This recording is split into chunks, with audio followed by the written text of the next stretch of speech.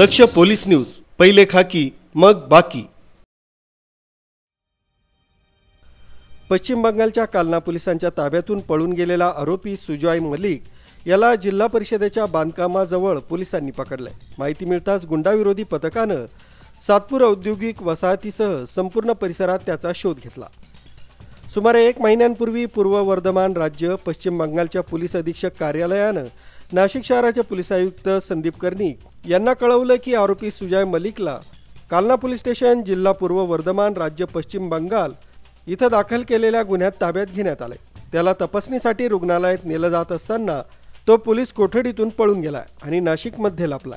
गुंडाविरोधी पथकाचे प्रमुख ज्ञानेश्वर मोहिते यांना एका गोपनीय खबऱ्याद्वारे माहिती मिळाली की पश्चिम बंगालमधून मिळालेल्या फोटोमध्ये दिसणारा व्यक्ती काही दिवसांपूर्वी पश्चिम बंगालच्या सातपूर येथील कार्बन नाका इथं श्रमदानासाठी दिसला होता।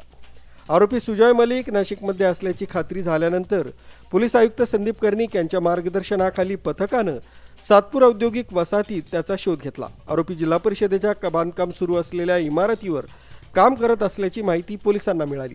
पोलिसांना कळताच आरोपी पळून जाऊ लागला, परंतु त्याचा पाठलाग करून त्याला अटक करण्यात आली। पोलीस निरीक्षक ज्ञानेश्वर मोहिते, पोलीस अंमलदार विजय सूर्यवंशी, प्रदीप ठाकरे, अक्षय गांगुर्डे, गणेश भागवत, कल्पेश जाधव, घनश्याम महाले यांनी त्याचा पाठलाग करून त्याला ताब्यात घेतलाय आणि त्याला कलना पोलीस ठाण्याच्या पोलीस पथकाच्या स्वाधीन केलाय। आरोपीला ट्रान्झिट रिमांडवर घेण्यात आलाय।